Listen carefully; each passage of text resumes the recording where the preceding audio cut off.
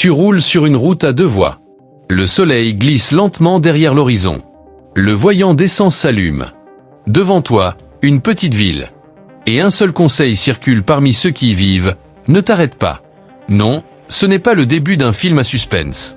C'est une réalité bien américaine. On aime penser que le danger est localisé, qu'il a une adresse précise, les grandes métropoles, les quartiers chauds, les zones déjà cataloguées.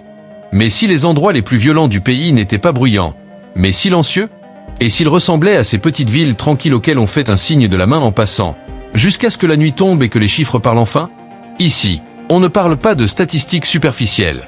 On parle de ce qui arrive quand les petites villes craquent sous la pression. Effondrement économique, route du trafic de drogue, force de l'ordre débordée, problèmes générationnels soigneusement dissimulés derrière des clôtures blanches impeccables.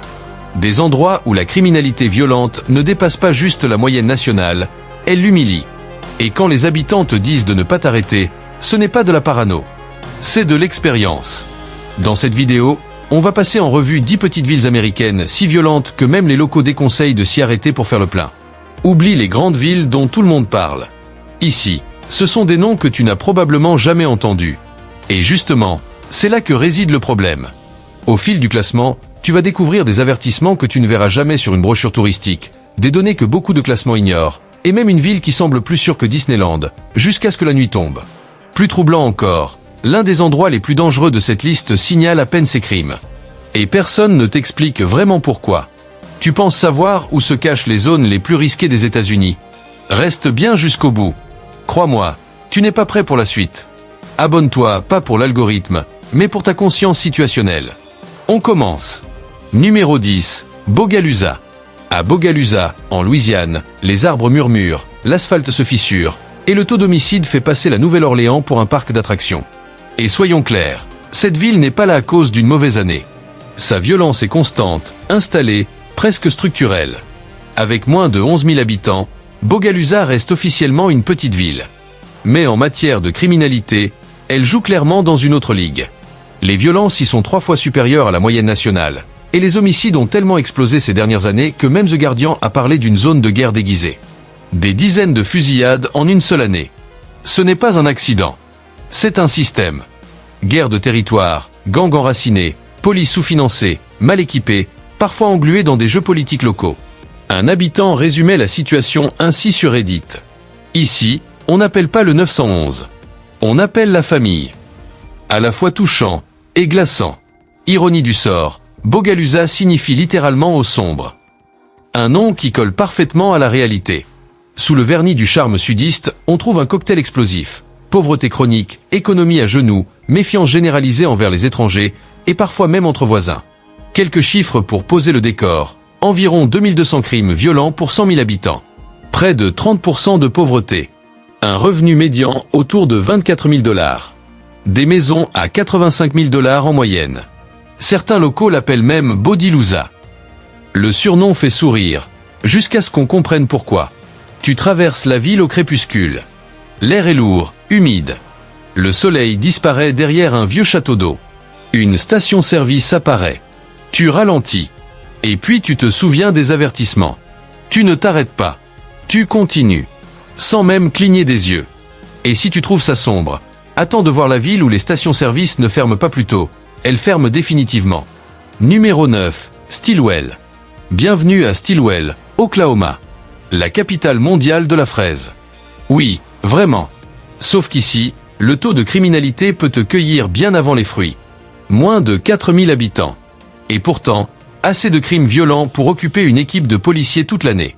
Stilwell ne se vend pas comme une ville dangereuse. Elle se vend comme mignonne, rurale, festive. Jusqu'à ce que les chiffres entrent en scène. En 2023, son taux de criminalité violente dépassait de plus de 5 fois la moyenne nationale. En clair, environ 1400 crimes violents pour 100 000 habitants, contre 380 au niveau national. Plus de 40% de pauvreté. Revenu médian sous les 25 000 $. Chômage élevé. Police locale sous-financée, dépassée par des réseaux intergénérationnels de gangs et des routes de méthamphétamine. Stilwell se situe dans le comté d'Adair, l'un des plus pauvres de l'État. Un territoire marqué par des décennies de négligence, de tensions liées aux terres tribales et de promesses politiques jamais tenues. Quand on coupe dans les services sociaux, Qu'on abandonne l'économie locale et qu'on laisse la police sans moyens, le crime pousse plus vite que les fraises. Un message aperçu sur Facebook résume l'ambiance. La prison est pleine. Les fraises ne sont même pas de saison. Vivre ici a un coût émotionnel énorme. Quand tout le monde se connaît mais évite les regards après 18 heures, tu perds bien plus que le sentiment de sécurité. Tu perds la confiance. La communauté. Les délais d'intervention policière s'allongent, parfois à 2 chiffres. Un seul hôpital. En cas de problème grave, tu comptes sur ton réseau ou sur la chance. Le plus troublant. En plein après-midi d'été, Stilwell a l'air paisible. Des Porsche, des drapeaux, des chiens endormis. Mais cette maison fleurie a connu 2 fusillades l'an dernier. Et la station-service près de l'autoroute? Les habitants te diront sans détour, ne t'arrête pas. Ne ralentis même pas. Pourquoi les villes aux slogans les plus adorables affichent-elles parfois les statistiques les plus folles? Bienvenue à Stilwell, fraises et agressions secondaires. Difficile à imprimer sur une brochure. Malgré tout ça, Stilwell reste largement ignoré dans les plans de financement à l'échelle de l'État. Les infrastructures se dégradent, l'argent se tarit, et pendant que les élus sourient au festival de la fraise, les habitants murmurent à propos des coups de feu 2 rues plus loin. Charme en façade. Chaos en coulisses. Numéro 8, Alexandria. Alexandria, Louisiane. Ici, la cuisine est épicée, et les statistiques criminelles encore plus. Ne t'arrête pas pour l'essence n'est pas une exagération, c'est un conseil communautaire. À première vue, tout respire le sud, rues bordées de chênes, bâtiments coloniaux, chaleur moite qui ralentit le temps. Mais derrière cette carte postale se cache l'une des petites villes les plus violentes du pays. Avec environ 45 000 habitants, Alexandria affiche un taux de criminalité violente dépassant les 1400 pour 100 000. Presque 4 fois la moyenne nationale. Cambriolage, fusillade, agression, homicide. Et ce n'est pas nouveau. Les habitants te le diront, c'était déjà mauvais avant. Ça empire. Les causes. Pauvreté persistante autour de 30%, chômage élevé, services publics affaiblis, écoles sous-financées, traumatisme générationnel et une corruption locale profondément enracinée. Démission, enquête, lutte de pouvoir interne. Quand les responsables politiques se battent pour l'influence plutôt que pour la sécurité, le résultat est prévisible. Un internaute résumait la situation ainsi. Tout le monde a un cousin qui s'est fait tirer dessus. Et personne ne fait confiance à la police. À Alexandria, la peur est devenue une routine. Les sirènes ne font plus sursauter. On apprend quels quartiers éviter, ou ne pas se garer, quelle station-service est ouverte mais abandonnée. Et surtout, on s'échange des avertissements comme ailleurs, on donnerait des indications routières. Ajoute à ça une chaleur écrasante, des bâtiments publics dont la climatisation sera réparée la semaine prochaine depuis 2018 et des moustiques dignes de voitures de location. Si l'humidité ne t'assomme pas, l'ambiance pourrait s'en charger. Tu sors de l'autoroute à la tombée du jour. La station-service clignote faiblement. Le panneau open tient par miracle. Personne autour. Juste le silence, la chaleur et cette petite voix intérieure qui te dit « Ne coupe pas le moteur ». Alexandria incarne parfaitement cette idée. Ne jamais juger une ville à sa balançoire sur le porche. Elle a même tenté de se repositionner comme le cœur de la Louisiane. Belle formule. Aujourd'hui, elle ressemble surtout à une hémorragie sur la carte criminelle de l'État. Le plus grave, les dirigeants savent que la situation est critique.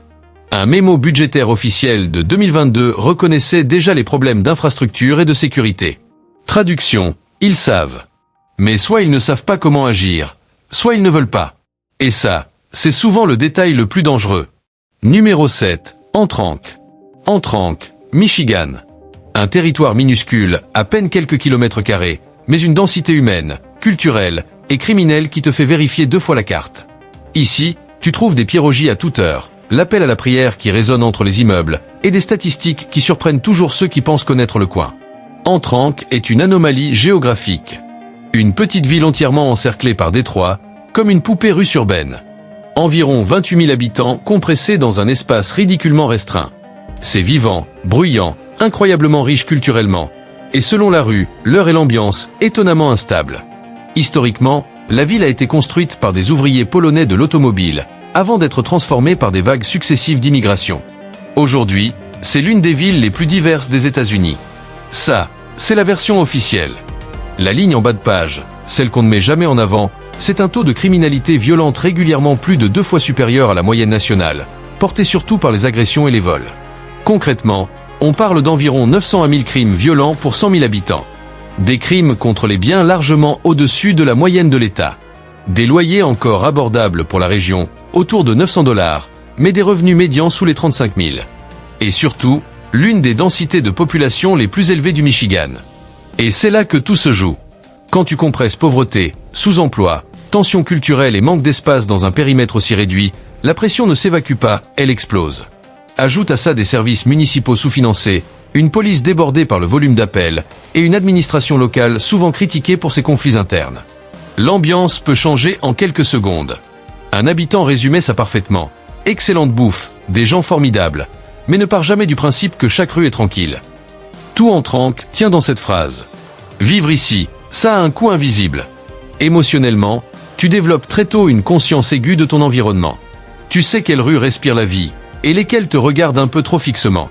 Financièrement, le loyer bas attire, mais l'assurance plus chère, les vitres cassées, les vols de voitures et le stress quotidien grignotent les économies. Ironiquement, Antranque est statistiquement plus sûr que Détroit. Mais dans la réalité, elle peut sembler plus intense. Moins d'espace, moins de sorties. Quand quelque chose arrive, tu es dedans, que tu le veuilles ou non. C'est probablement le seul endroit où tu peux manger un kebab incroyable à minuit et te dire dans la foulée « Ok, on ne s'arrête pas à cette station-service ». Et ne parlons même pas du stationnement. À Antranque, se garer relève du sport de haut niveau. Tu tournes, tu négocies par regard interposé, tu remets en question toutes tes décisions de vie. Et malgré ça, chaque voiture semble à la fois légalement, illégalement et spirituellement mal garée. Ajoute la neige, et tu passes en mode cauchemar. Le gouvernement local est sous tension permanente, faible base fiscale, demandes élevées, luttes politiques internes. L'aide de l'État est irrégulière, les investissements fédéraux quasi inexistants. Quand les dirigeants passent plus de temps à se battre entre eux, la sécurité devient réactive au lieu d'être préventive. Et les habitants ressentent ce vide, surtout la nuit. Et si Antranque te paraît intense pour sa taille, attends de voir ce qui arrive quand la population est encore plus réduite, l'isolement plus fort, et l'aide beaucoup plus loin. Numéro 6, Muskegon Heights. Muskegon Heights, c'est ce qui arrive quand une ville industrielle est abandonnée, mais que les problèmes restent. Si tu clignes des yeux, tu la manques. Une petite ville d'environ 10 000 habitants, coincée juste à côté des plages et des cartes postales du lac Michigan. De l'extérieur, on dirait un simple débordement urbain. De l'intérieur, c'est l'un des endroits les plus violents par habitant de tout le Michigan. Ici, le chaos n'est pas accidentel. C'est une conséquence directe de décisions politiques économiques. Les chiffres sont sans appel, environ 1600 crimes violents pour 100 000 habitants. Plus de 4 fois la moyenne nationale. Revenu médian autour de 22 000 $. Près de 35% de pauvreté. Loyer autour de 750 $. Bon marché pour une raison. Autrefois, Muskegon Heights vivait de l'industrie, usines, pièces automobiles, emplois syndiqués. Puis les usines ont fermé. La base fiscale s'est effondrée. Et la ville ne s'en est jamais remise. En 2013, l'État du Michigan a placé la ville sous gestion d'urgence. Les écoles ont perdu des financements. Les services publics ont été amputés. La couverture policière a diminué. Les habitants n'ont pas voté pour ça, mais ils en ont payé le prix. Et quand on retire les opportunités plus vite que les habitants, la violence s'installe dans l'espace laissé vide.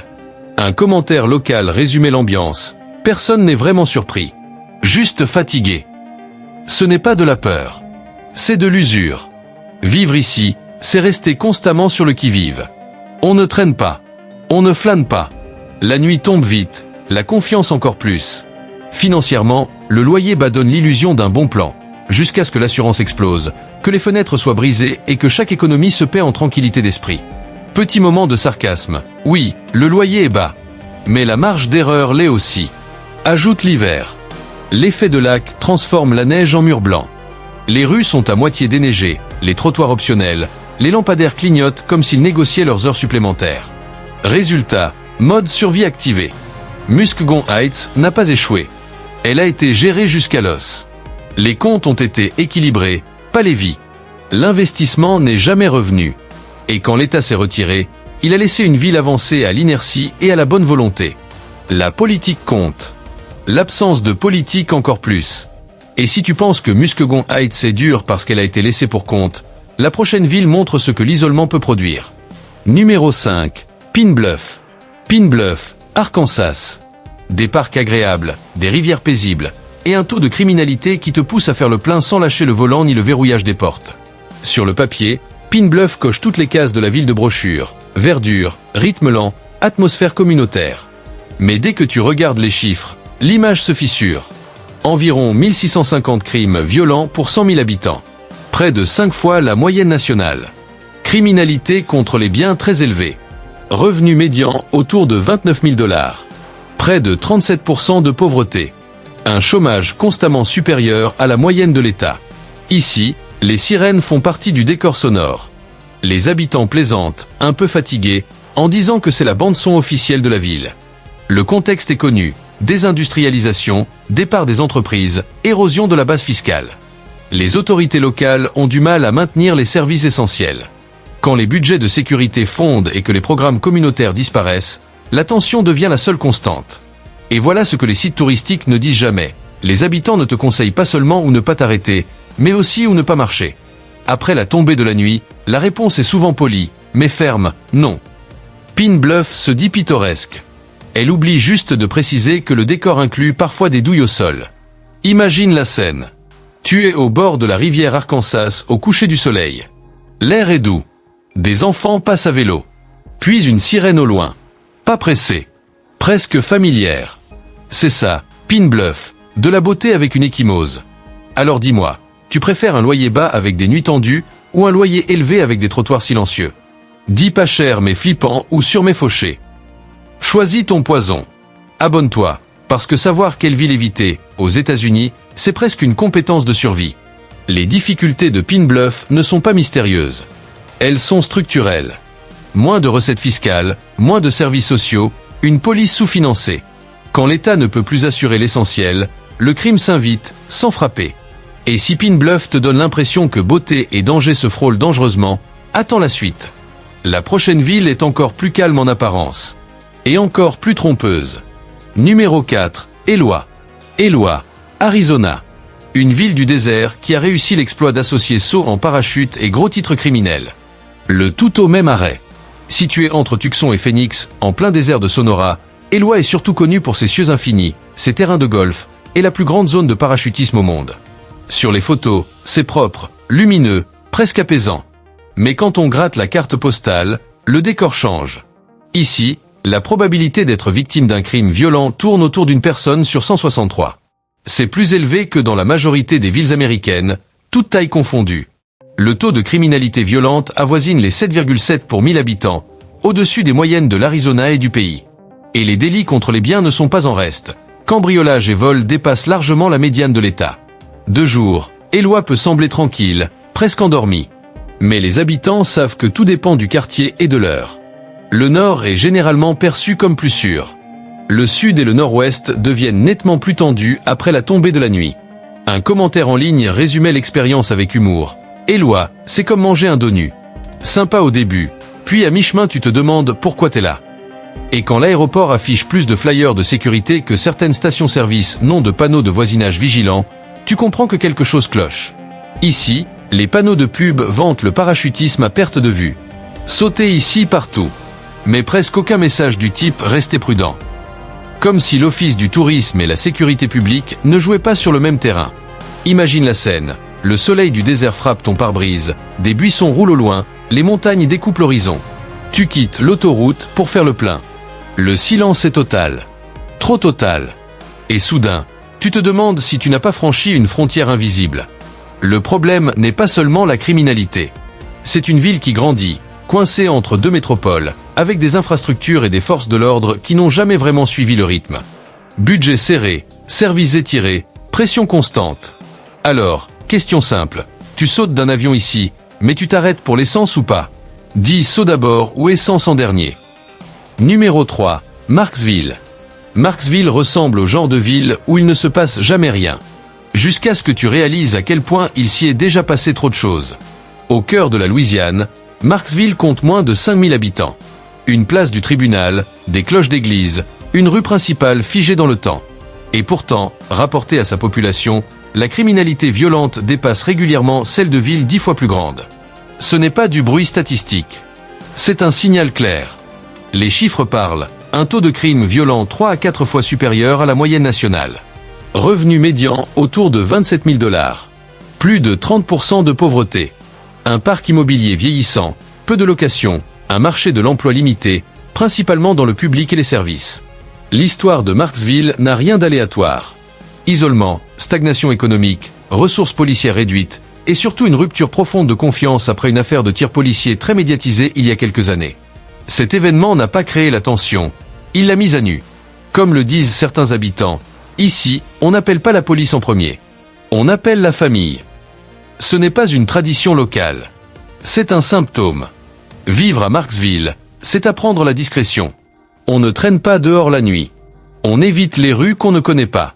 Le danger n'est pas constant, mais imprévisible. Et c'est souvent pire. Financièrement, les coups bas attirent. Mais en échange, les opportunités sont rares. Les jeunes partent quand ils le peuvent. Les autres restent parce que partir coûte plus cher que rester. Et le stress s'installe, lentement, sans bruit. Marksville a cette ambiance typique des petites villes qui font semblant que tout va bien. Tout a l'air calme, mais tout le monde sait exactement quelle rue éviter. Un secret collectif, jamais écrit, toujours compris. Et étrangement, c'est encore plus inquiétant que le chaos visible. Imagine le crépuscule. L'air est chaud. Les cigales couvrent presque tes pensées. Tu passes près de la place centrale. Ça semble sûr, jusqu'à ce que tu remarques le vide. Pas paisible. Vide. Et tu comprends que tout le monde est déjà rentré chez soi. Et si le danger de Marksville est discret, la ville suivante, elle, ne prend même pas la peine de le cacher. Numéro 2. Taos. Taos ressemble à une carte postale. Jusqu'à ce que les statistiques se glissent derrière le cadre. Taos est censé être paisible. C'est le mythe. Des artistes, des montagnes, des maisons en adobe baignées de lumière au coucher du soleil. Une destination choisie pour fuir le bruit du monde. Et pourtant, par habitant, Taos figure parmi les petites villes les plus violentes du sud-ouest américain. Pas dans l'imaginaire. Dans les données. Ralentissons un instant. Le taux de criminalité violente est environ 2 fois supérieur à la moyenne nationale. Les crimes contre les biens, notamment les cambriolages et les vols, sont constamment élevés. Revenu médian autour de 36 000 $. Loyers élevés pour la région, souvent au-delà de 1 200 $. Et malgré l'argent du tourisme, environ 25% de la population vit sous le seuil de pauvreté. C'est là le cœur du problème. Taos n'est pas pauvre. Elle est inégalitaire. Des résidences secondaires et des locations de courte durée côtoient des familles qui peinent à joindre les deux bouts. Cette fracture alimente vols, drogue, violences domestiques et agressions. Ce n'est pas une criminalité chaotique. C'est un contre-coup économique. Un commentaire local le disait bien. Taos est magique, jusqu'à ce que ton vélo disparaisse et que la police hausse les épaules. Et oui, les habitants préviennent les visiteurs. Calmement. Verrouille tout. Ne laisse rien dans ta voiture. Évite cette route la nuit. Quand les avertissements sont murmurés plutôt que criés, c'est souvent plus inquiétant. Taos s'épuise. L'isolement amplifie chaque problème. Quand quelque chose arrive, l'aide est loin. Les temps d'intervention s'allongent. Les petits délits ne sont même plus signalés. À quoi bon? Financièrement, c'est brutal. Loyers élevés, salaires bas, emploi saisonnier. Le tourisme maintient la ville à flot, mais ne la stabilise pas. Soit tu possèdes, soit tu es à un mois difficile de devoir partir. Ajoute une infrastructure fragile, éclairage irrégulier, longue distance pour les services essentiels, une connexion Internet capricieuse. On appelle ça vivre hors réseau. En réalité, c'est souvent se débrouiller seul. Imagine rentrer à pied après le dîner. L'air est frais, le ciel rempli d'étoiles. Tes pas résonnent. Tu réalises qu'il n'y a personne. Et personne n'arrive. À ce moment précis, Taos cesse d'être paisible. Elle devient exposée. Taos est l'exemple parfait de ces villes qui ont l'air sûres. Elle est magnifique. Et dangereuse, par habitant. Ce n'est pas une contradiction. C'est un équilibre mal géré. Police en effectifs limités, juridiction fragmentée, services sociaux sous-financés. L'État investit dans la préservation, pas dans la prévention. Et quand la beauté passe avant la stabilité, la criminalité s'installe discrètement. Et si Taos t'a surpris, la ville numéro 1 ne se contente pas de surprendre. Elle redéfinit complètement les avertissements. Numéro 1, Miami. Miami, Arizona. Des collines jolies, du cuivre rouillé, et un taux de criminalité qui dépasse largement ce que sa taille laisse imaginer. Ne te laisse pas tromper par le nom. Rien à voir avec la Floride. Ici, On parle d'une petite ville minière du comté de Gila, environ 1500 habitants entassés sur moins d'1 km².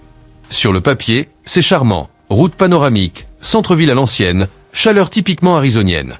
Mais les chiffres racontent une autre histoire. Population, environ 1531 habitants. Criminalité violente, près de 9,7 crimes pour 1000 résidents. Bien au-dessus des moyennes de l'État et du pays. Coût du crime par habitant, environ 667 $ par an. Près de 32% de la population sous le seuil de pauvreté. Revenu médian autour de 44 000 $, modeste pour l'Arizona. Ici, le danger n'est pas cantonné aux ruelles sombres. Il fait partie du quotidien. La rue principale, avec ses dîners rétro et ses enseignes vintage, a aussi vu suffisamment d'agressions et de vols pour faire tiquer n'importe quel rédacteur de faits divers. Un conseil local revient souvent. Les couchers de soleil sont magnifiques. Mais ne t'arrête pas après la nuit. Et ce n'est pas une figure de style. Les cartes de criminalité, les forums de quartier et les témoignages le confirment. Vivre à Miami, c'est voir la ville à travers 2 filtres. D'un côté, une petite communauté accueillante, des maisons bon marché, une valeur médiane autour de 75 000 $ et des salutations au bureau de poste. De l'autre, une vigilance permanente dès que le soleil se couche. Si on devait être honnête, le slogan pourrait être « Viens pour la vue, reste pour les statistiques ». C'est sarcastique, oui. Mais dire les choses frontalement serait encore plus étrange. La ville est couverte de panneaux célébrant son héritage minier. Beaucoup moins de rappels à la prudence. Pourtant, sur les réseaux de voisinage, plusieurs alertes de crimes peuvent apparaître sur un seul fil de discussion. Beauté et alerte cohabitent en permanence. Si tu pensais qu'une petite population rime avec sécurité, Miami prouve le contraire, à des kilomètres de désert près. Alors, tu choisis quoi ? Une petite ville magnifique avec des nuits tendues, ou une banlieue ennuyeuse mais sûre. Dis belle mais risquée ou fade mais tranquille. Abonne-toi. Parfois, le meilleur conseil de voyage, c'est de savoir où ne pas s'arrêter. Les difficultés de Miami ne sont pas le fruit du hasard. Une économie longtemps dépendante des mines, une croissance limitée, une base fiscale étroite. Résultat, des services publics et surtout une police constamment sous tension. Les plans pour diversifier l'économie et attirer plus de tourisme sont nécessaires, mais ils ne corrigent pas instantanément des années de déséquilibre. Dans une ville aussi petite, chaque poste non financé, chaque service sous-doté, se ressent immédiatement. Et c'est précisément ce qui rend Miami si déroutante et si dangereuse.